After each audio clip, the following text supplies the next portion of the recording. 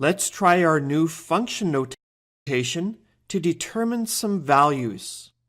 Example, if f in terms of x equals x plus 2, g in terms of x equals x squared, and h in terms of x equals 5 minus x, determine A.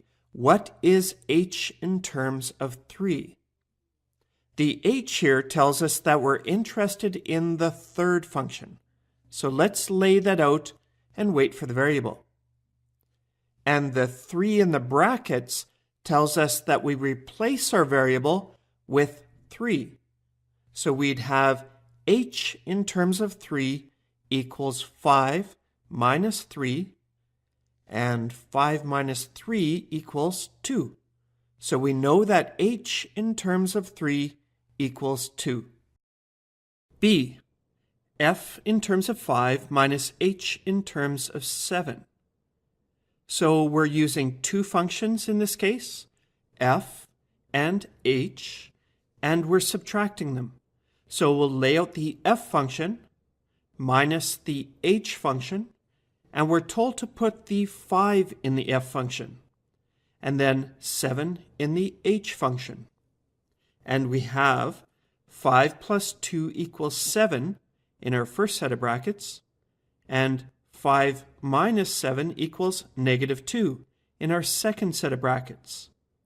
Having the extra brackets makes this a little less confusing, and we can see that we have two negatives here, so a positive, and 7 plus 2 equals 9.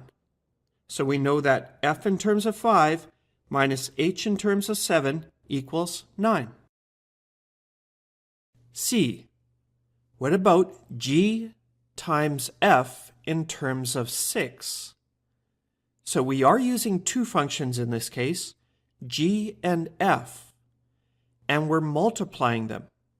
Recall that a dot between things is another way of indicating multiplication.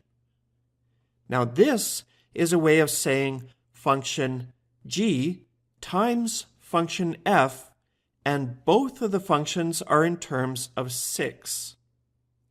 To clarify things, we could always write this as g in terms of 6 times f in terms of 6. The exact same meaning.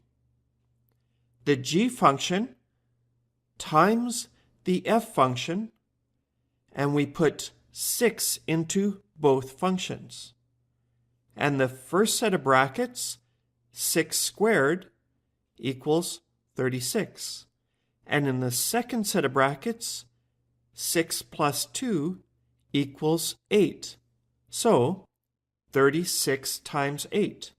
And we can do this one in our heads if we think 30 times 8 is 240, and the leftover 6 times 8 is 48.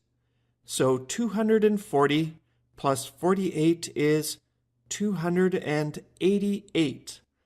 So g times f in terms of 6 is 288. And once again, function notation is reasonably intuitive, but we do need practice to get familiar with it.